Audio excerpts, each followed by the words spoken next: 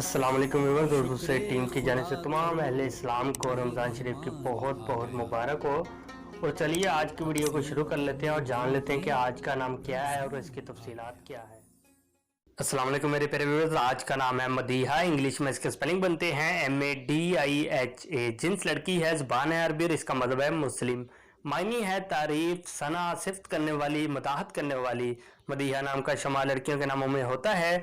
मदीहा नाम की इब्तदाई तारीख अरबी ज़ुबान से निकलती है। मदीहा नाम के अफराद के लिए खुशकिस्मत नंबर 4 माना जाता है, जबकि खुशकिस्मत दिनों में जुम्मा और सोमवार शामिल है। खुशकिस्मत वाली धातों में इंसों के हिसाब से चांदी शामिल है। मदीहा नाम के अफराद के लिए मुआफिक रंगों में नीला और सब्ज रंग शामिल है। मदीहा नाम के अफराद के लिए मुआफिक पत्थरों में मरकत शामिल है।